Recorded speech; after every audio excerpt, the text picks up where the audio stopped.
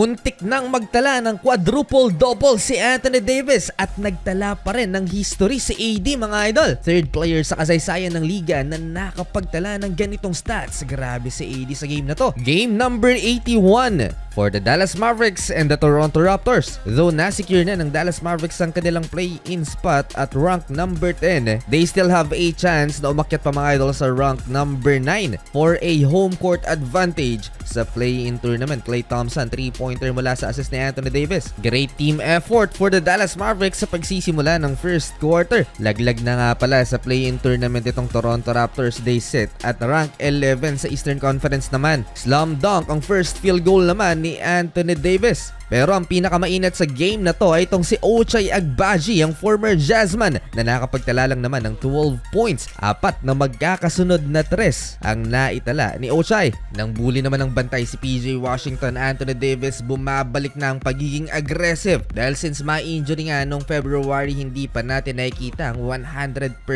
performance ni AD. Big block by Anthony Davis in transition. Pero sayang yung play na yun dahil na-recover ng Toronto Raptors for a second chance points.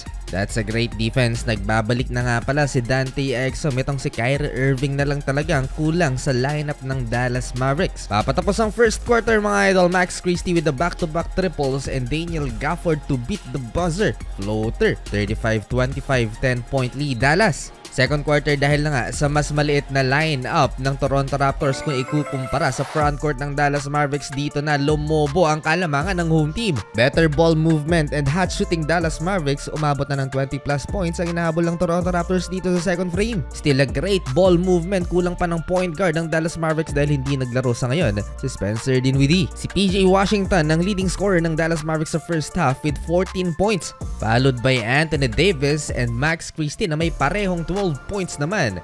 Just imagine Dallas Mavericks with Kyrie Irving plus 3 dominant big man. That's a solid lineup, pero kailangan pa rin nila ang isang backup point guard para mabawasan man lang yung load kay Kyrie Irving. A 28-point lead at the break for the Dallas Mavericks, 66-38.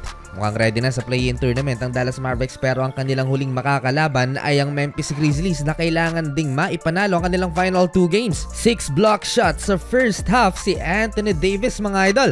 Third quarter, grabe takeover na si Anthony Davis with his 7th block, 30 seconds nang magsimula ang second half. Dominated din ni Derek Lively ang paint mga idol. Hindi makasabay si Scottie Barnes sa naglalakihang mga sentro ng Dallas Mavericks. Eto, malupit ang ginawa ni Derek Lively II. Nagminti si Klay Thompson and he puts it back for the Dallas Mavericks. Pagkatapos niyan, Anthony Davis back-to-back field goal. Lapit nang magtala ng quadruple-double itong si Anthony Davis with 20 points, 11 rebounds, 8 assists, and 7 block shots. Grabe yon mga idol. Halimaw na halimaw sa AD. At hindi pa nangangalahati sa third quarter at may fourth quarter pa. Yun ay kung paglaruin pa si AD dahil tambak ang Toronto Raptors. Halfway na itala ni AD ang kanyang first 3-pointer of the game.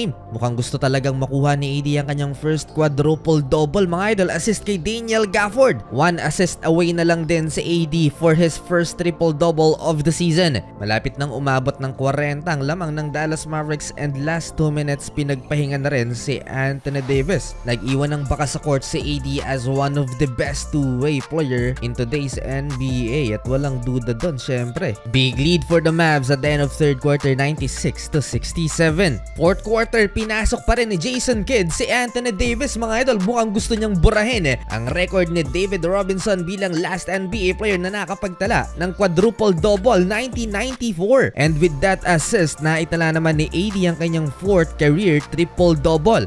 Well, hindi na pinatagal pa ni Jason Kidd sa court si Anthony Davis at inupo na rin. Pero nagtala pa rin ng kasaysayan si AD, third player in NBA history with 20 points, 10 rebounds, 10 assists, and 7 blocks in a game. A historic night for Anthony Davis. Dallas win